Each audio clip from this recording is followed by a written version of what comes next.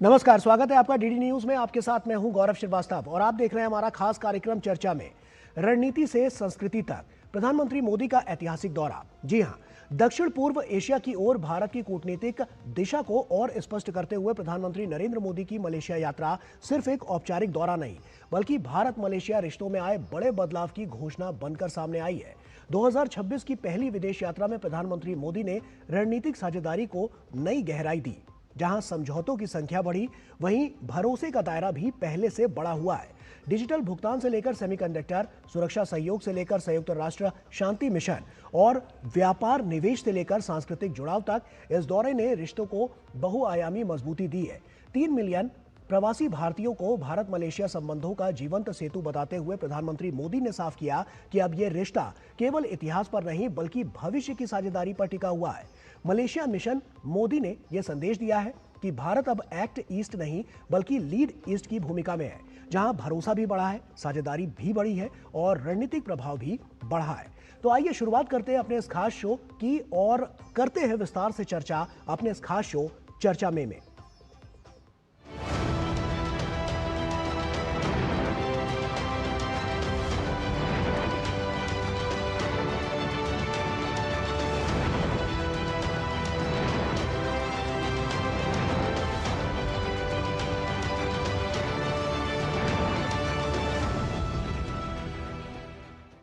प्रधानमंत्री नरेंद्र मोदी ने मलेशिया यात्रा के दौरान वैश्विक शांति और स्थिरता को लेकर भारत की प्रतिबद्धता को दोहराया। साथ ही मलेशिया की आसियान और इंडो पैसिफिक में भूमिका को सहयोग करने की भी बात प्रधानमंत्री ने कही।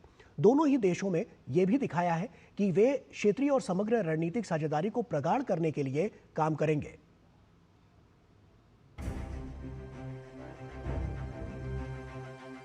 भारत और मलेशिया की समृद्धि एक दूसरे से जुड़ी हुई। हम स्ट्रेटेजिक ट्रस्ट से इकोनॉमिक ट्रांसफॉर्मेशन का रास्ता बनाएंगे।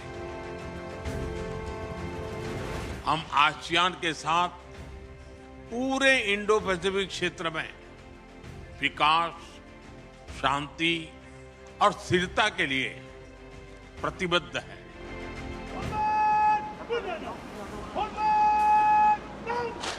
प्रधानमंत्री नरेंद्र मोदी ने अपनी मलेशिया यात्रा के दौरान दोनों देशों के बीच संबंधों को गहरा और आत्मीय बताया। पुत्रजाय स्थित परदाना पुत्र भवन में उनका औपचारिक स्वागत हुआ, गार्ड ऑफ ऑनर और उसके बाद प्रतिनिधिमंडल स्तर और द्विपक्षीय वार्ताएं हुई। दोनों ही प्रधानमंत्रियों ने एक दूसरे के बढ़ते सहयोग, साझा संस्कृति, सभ्यता की सराहना की। प्रधानमंत्री मोदी ने कहा कि आतंकवाद के खिलाफ दोहरे मापदंड अस्वीकार्य होने चाहिए, जबकि मलेशिया के प्रधानमंत्री ने वैश्विक शांति और स्थिरता में भारतीय भूमिका की सराहना की। वैश्विक अस्थिरता के इस माहौल में भारत और मलेशिया की बढ़ती मित्रता दोनों देशों के लिए अत्यंत महत्वपूर्ण है। हमारा साझा मत है कि आज के चैलेंजेस का समाधान करने के लिए ग्लोबल इंस्टीट्यूशंस का रिफॉर्म बहुत जरूरी है। हम शांति के सभी प्रयासों का समर्थन करते रहेंगे और आतंकवाद पर हमारा संदेश स्पष्ट है। No double standards, no compromise. India is growing by leaps and bounds. It is one spectacular rise in the international economic and trade scene, and therefore Malaysia in the ASEAN context would certainly benefit immensely if we could secure more ways and opportunities to collaborate with India. Bharat Malaysia के बीच 16 outcome document सामने आए हैं, जिसमें आपदा प्रबंधन, भ्रष्टाचार के खिलाफ कार्रवाई में दोनों देशों की संस्थाओं के बीच सहयोग, सेमीकंडक्टर क्षेत्र में सहयोग, स्वास्थ्य, सुरक्षा, शिक्षा और मलेशिया में यूपीआई सेवाओं की शुरुआत प्रमुख हैं। भारत जल्द ही मलेशिया में एक नया कॉन्सुलेट खोलेगा, जिससे पर्यटन और प्रवासियों को बढ़ावा मिलेगा। कामगारों के लिए सामाजिक सुरक्षा सुनिश्चित करने और ऑडियो वीडियो संयुक्त निर्माण को लेकर भी एक समझौता सामने आया है।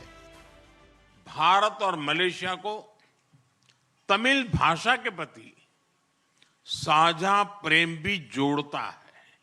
मुझे भरोसा है कि आज के ऑडियो विजुअल एग्रीमेंट से फिल्म और संगीत, विशेष रूप से तमिल फिल्में, हमारे दिलों को और पास लाएगी।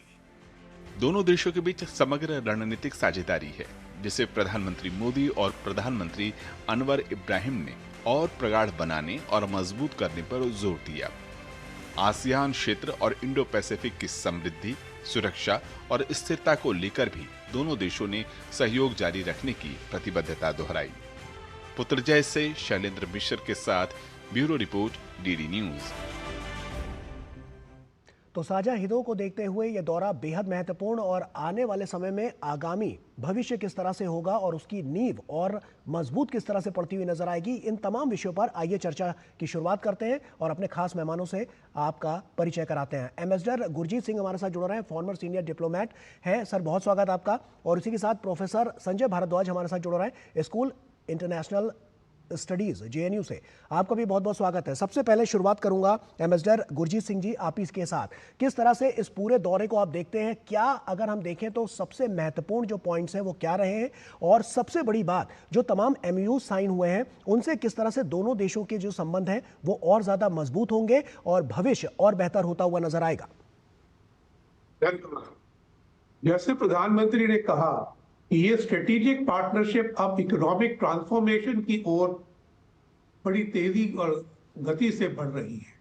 तो मैं समझता हूं इस विजिट में ये सबसे बड़ा मुद्दा था कि हमने जो कॉम्प्रिहेंसिव स्ट्रेटेजिक पार्टनरशिप 2024 में अनाउंस की थी, उसको लेकर हम कई मुद्दे, ज्यादातर इकोनॉमिक, टेक्नोलॉजिकल, फंक्शनल मुद्दे आगे बढ़ा रहे हैं। ये बड़ी जरूरी बात है क्योंकि आजकल के संसार में ये ग्लोबल साउथ की जो उभरते देश हैं उनको एक दूसरे के साथ बहुत ज्यादा और काम करना है, और ये जो विजिट है उसके नतीजे हैं वो यही दिखाता है कि भारत और मलेशिया एक दूसरे के साथ और साझेदारी बढ़ाना चाहते हैं। मैं तीसरा पॉइंट ये कहना चाहता हूं कि मलेशिया एक कठिन स्ट्रेटेजिक पार्टनर है। चीन के साथ वो सामना नहीं करता है जैसे फिलीपींस या वियतनाम करते हैं साउथ चाइना सी में। मलेशिया चुपचाप रहता है। दूसरी बात है कि मलेशिया का पाकिस्तान, तुर्की के साथ संबंध रहता है और कई बारी वो भारत के हित में नहीं बोलते हैं।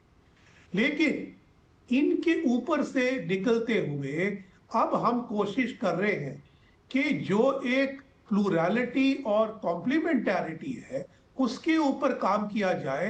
ये पुराने विवादों को एक साइड में रख, हमें मालूम है कि मलेशिया चीन का पल्ला नहीं झाड़ सकता, लेकिन हमारा पल्ला भी पकड़ने को तैयार है। इसके ऊपर हम अब आगे चर्चा करेंगे। निश्चित तौर पर संजय भारद्वाज भी हमारे साथ जुड़े हुए हैं। संजय जी, जैसा कि हम देख रहे हैं डिप्लोमेसी से स्ट्रेटेजिक अलायंस, ये कितना बड़ा कदम आप मानते हैं जो आने वाले समय में हम कह सकते हैं कि एक बड़ी तस्वीर पेश करता हुआ नजर आएगा दोनों देशों के इन रिश्तों को लेकर?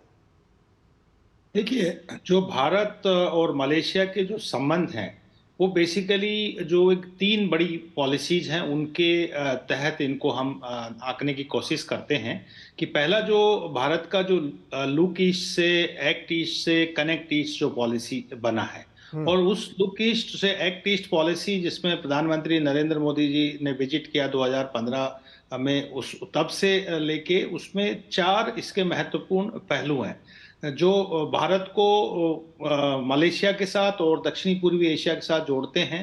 पहला है कि जिसको कहेंगे कल्चरल कनेक्टिविटी, दूसरा है कॉमर्शियल कनेक्टिविटी, तीसरा है फिजिकल कनेक्टिविटी, और चौथा है जो कैपेसिटी बिल्डअप जो प्रोग्राम्स हैं, ये बहुत इंपॉर्टेंट आयाम है। और जो अभी प्रधानमंत्री नरेंद्र मोदी जी की जो विजिट हुई है उसमें इन चारों पहलुओं पर बहुत ही गहराई से बल दिया गया है।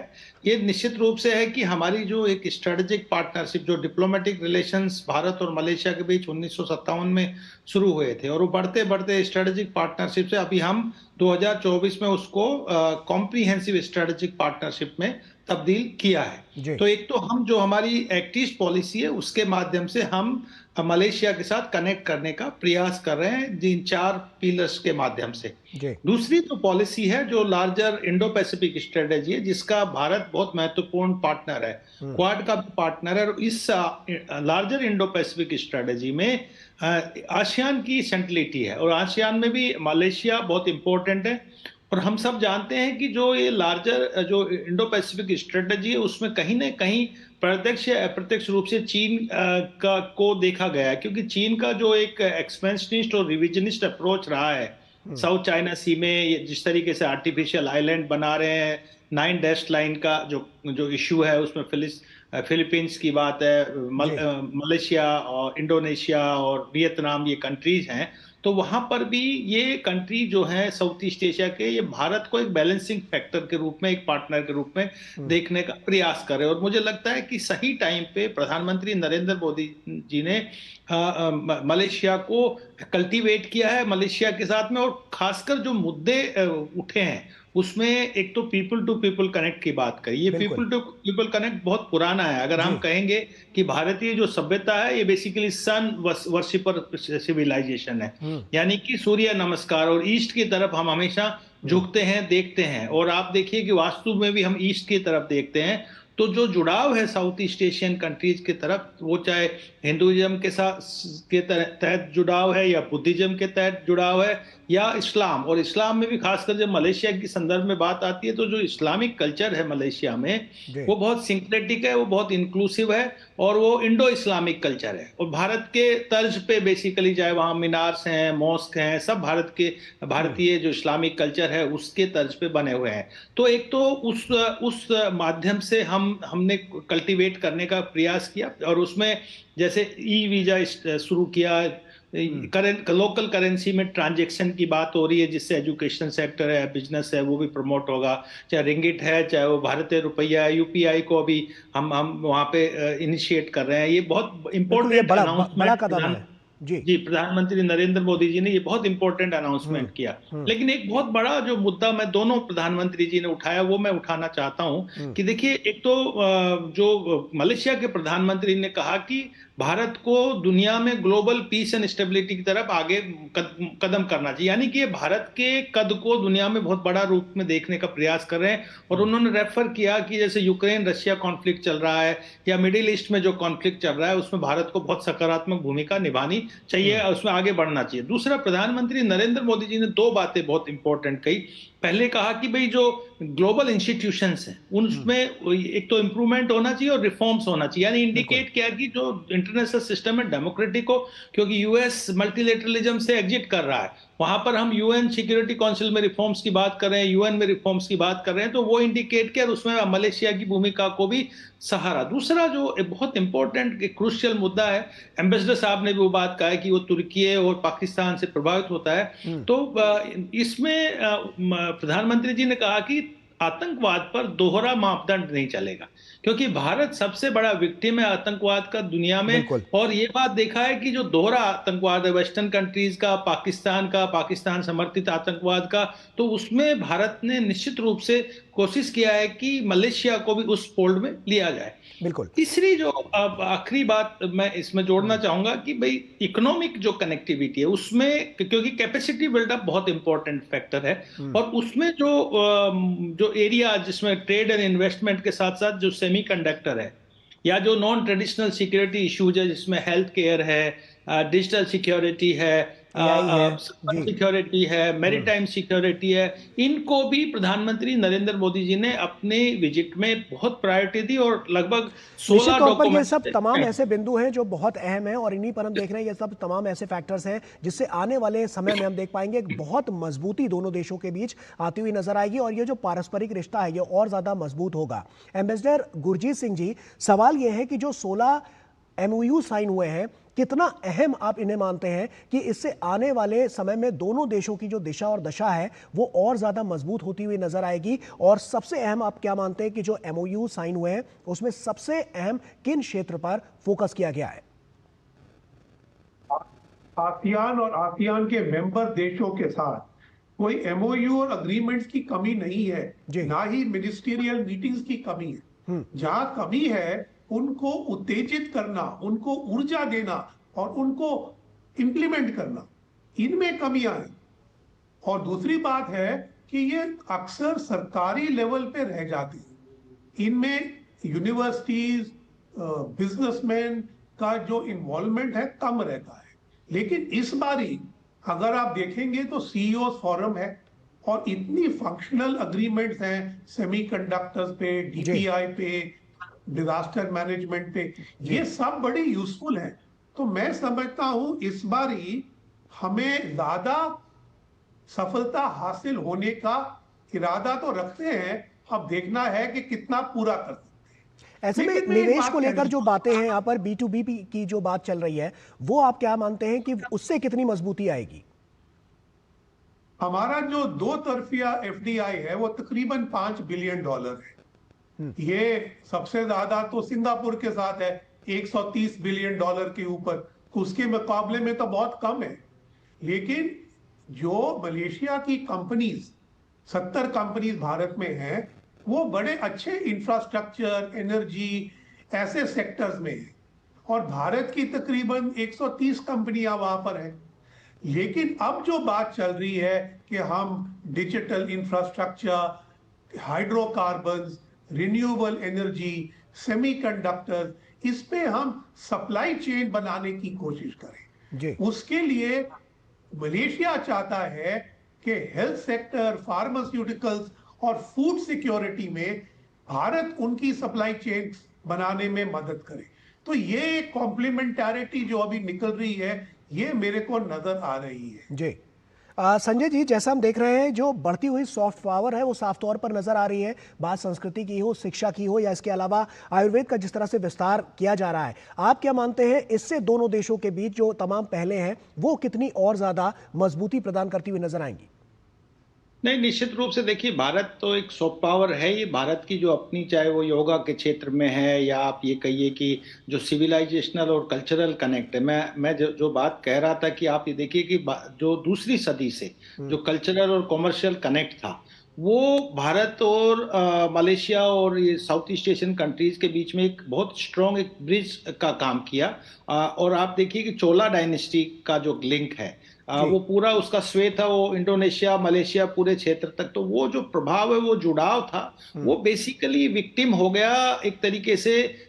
जो उसको ब्रिटिशर्स के आने से, कॉलोनियल मास्टर्स ने उसको इंपीरियल सिक्योरिटी का एक कलर दे दिया कि उसको सिक्योरिटी से भी जोड़ दिया गया। आज के दिन जो मैरीटाइम सिक्योरिटी और इंडो पैसिफिक स्ट्रेटेजी की जब हम बात करते हैं, और इंडियन ओशियन और साउथ चाइना सी, मलक्का स्ट्रेट, ये बहुत इंपॉर्टेंट जोन है, बहुत स्ट्रेटेजिक क्षेत्र हैं, जिसमें भारत की दखल अंदाजी ना केवल भारत चाहता है, दुनिया भी चाहती है। अमेरिका भी जोड़ के रखना चाहता है और साउथ ईस्ट एशियन कंट्रीज भी जोड़ के रखना चाहता है। और उसी कड़ी में हमने कई डिफेंस और मिलिट्री एक्सरसाइज को भी आगे बढ़ाया। तीसरा जो सबसे बड़ा जो प्रॉब्लम हो, क्योंकि बहुत अच्छी एक बिगनिंग हुई थी 1947 में जब हम एशियन रिलेशंस कॉन्फ्रेंस बनाया और उसके बाद आगे चला, लेकिन वो कोल्ड वॉर पॉलिटिक्स का हम विक्टिम हो गए थे। बिल्कुल, निश्चित तौर पर अगर देखें तो संजय जी, ये तमाम बहुत महत्वपूर्ण पहले हैं और लगातार हमने देखा है कि प्रधानमंत्री नरेंद्र मोदी ने जब ये संवाद किया तो बड़ी बड़ी बानगियां वहां से पेश होती हुई नजर आई है, क्योंकि दौरा बहुत ऐतिहासिक रहा है। आने वाले समय में जो तस्वीर है वो और साफ होती हुई नजर आएगी कि किस ओर इन दोनों देशों के रिश्ते हैं वो मजबूती की तरफ आगे बढ़ते हुए नजर आते हैं। बहुत बहुत शुक्रिया, आप सभी का समय हमारे पास बहुत सीमित है। एम्बेसडर गुरजीत सिंह, आपका बहुत बहुत शुक्रिया, और प्रोफेसर संजय भारद्वाज जी, आपका भी बहुत बहुत शुक्रिया इस चर्चा में शामिल होने के लिए। और इसी के साथ फिलहाल अभी के लिए इतना ही, हमारी खास पेशकश में फिलहाल अभी के लिए इतना ही। हमारी पूरी टीम को दीजिए इजाजत। आप बने रहिए डीडी न्यूज के साथ। नमस्कार।